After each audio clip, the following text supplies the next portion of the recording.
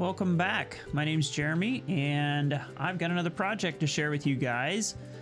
We're working on a rear end housing here. The customer brought in. He wanted us to do a two-tone powder coat job, so I'll kind of take you guys through the steps and the processes that we use to do that. So we're going to start off by getting this thing into the blaster and get it media blasted.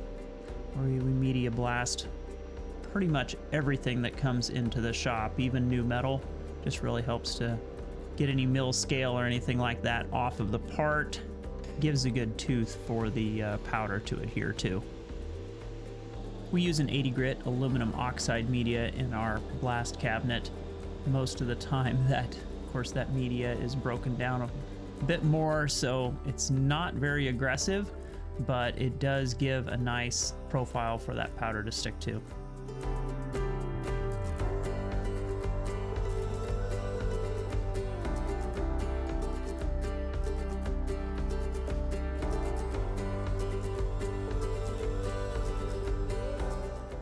So after blasting, I take it into the wash bay, and in here I have an iron phosphate wash that we rinse parts with. First of all, this is going to get all of the dust and everything off of there from media blasting, but phosphate is also a conversion coating that is going to give some added protection against corrosion.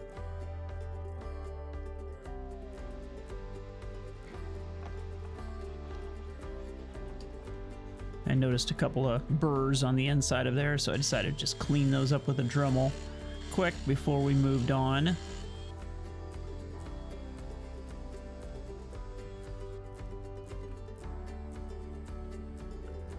We have a variety of sizes of silicone plugs that we use to mask threaded holes. Just a quick and easy way to keep powder out of the threads.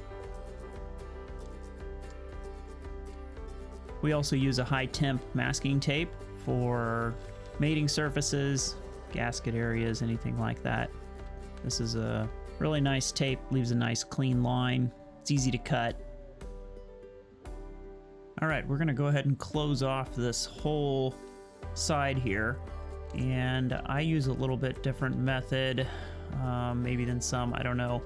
But I like to outline this basically with the green tape, and then I'm gonna apply a aluminum foil to the inside of that. And the reason I do that is because if you take the green tape and you stretch it all the way across a big area like that, when you put it into the oven, that tape is gonna shrink a little bit, and when it shrinks, it's gonna pull up from the edges. Now, it's not a huge deal if you're just doing a single color, but since we're going to be doing multiple colors and we're going to be in and out of the oven a couple times, I got to make sure that that does not let loose. So that when it comes back out and we put the next color on there, then I've got an opening in there. I don't want any powder to get in. So that's why I'm using this method. Again, just a green tape, and then I just use some foil, and then I use the fiberglass tape to hold that foil on there.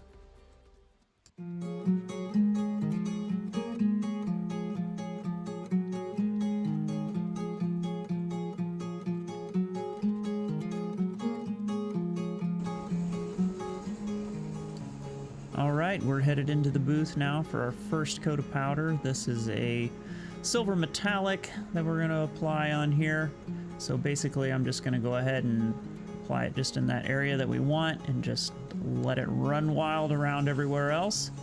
And it's going to head into the oven for almost a full cure, but not quite. So the reason I can't do a full cure on that is because I'm going to be masking over the top of it. And if that powder is still a little uncured, then when you go back in the oven with your next color, you're going to leave imprints in it with your masking. So, like I said, that is mostly cured. And then I'm going to apply a aluminum foil over the top of that, and then this vinyl fine line tape, which works really well. That fine line tape is only good to about 200 degrees.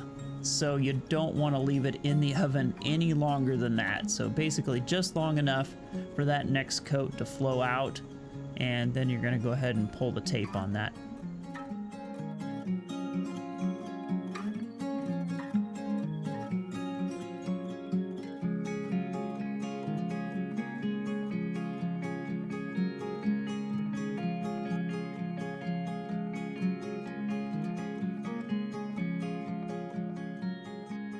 now that our tape is finished up, we're going to lay down our next color, which is a very nice blue metallic. So we're going to go ahead and lay that on. Then it's going to go into the oven for just a few minutes, enough for that to flow out, and then we'll be pulling that out of the oven and then removing the tape and the masking.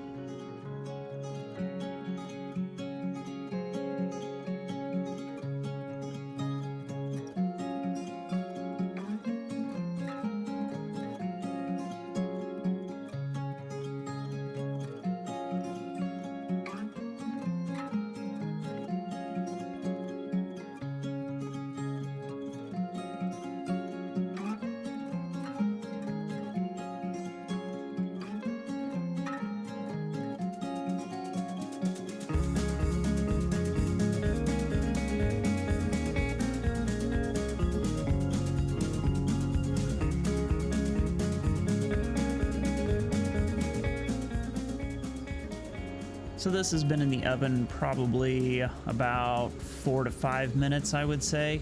And that's usually enough, at least in my oven, to get that powder to flow out a little bit. So we're gonna go ahead and pull that tape off of there. And I would say my part is probably around 180 to 200 degrees Fahrenheit. And that's pretty typical. Some powders can get really stringy. Some pull off, you know, with a really nice clean line. Metallics tend to work really well.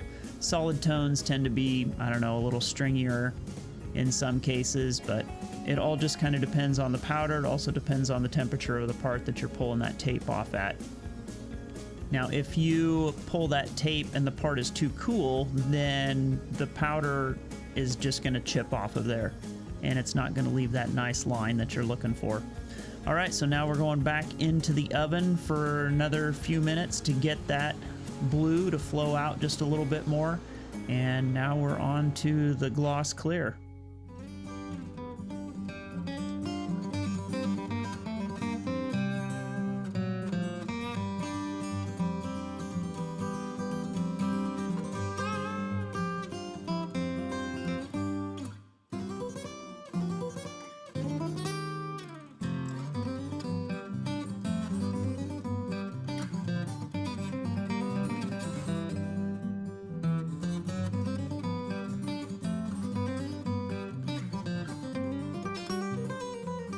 Now we're headed back to the oven for the final cure.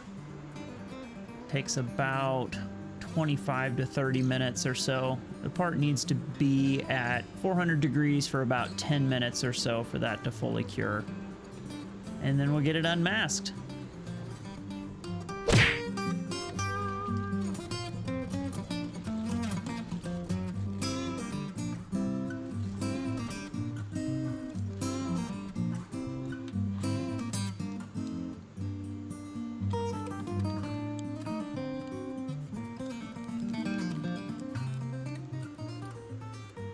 I'll typically run an X-Acto blade or a razor blade or something like that in there just to clean up that lip that's left after you pull the tape.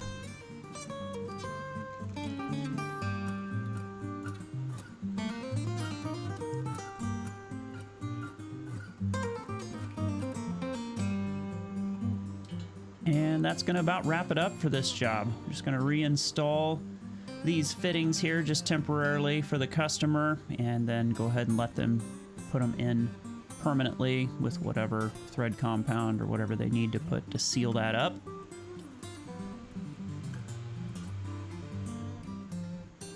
And get the O-ring reinstalled back on the fill cap. I did powder coat that fill cap the same color as the back plate there.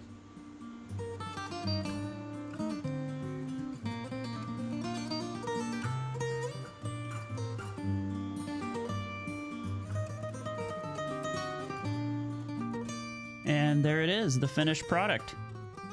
This was a fun project. I love doing two-tones like this. I especially love shooting metallics, especially with a gloss clear over the top. It just really makes that flake pop just an incredible effect.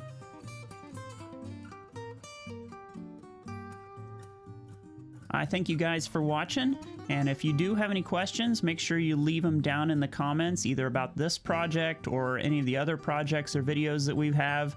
I do watch those comments, and I will reply to those, so I appreciate it, and we'll see you on the next one.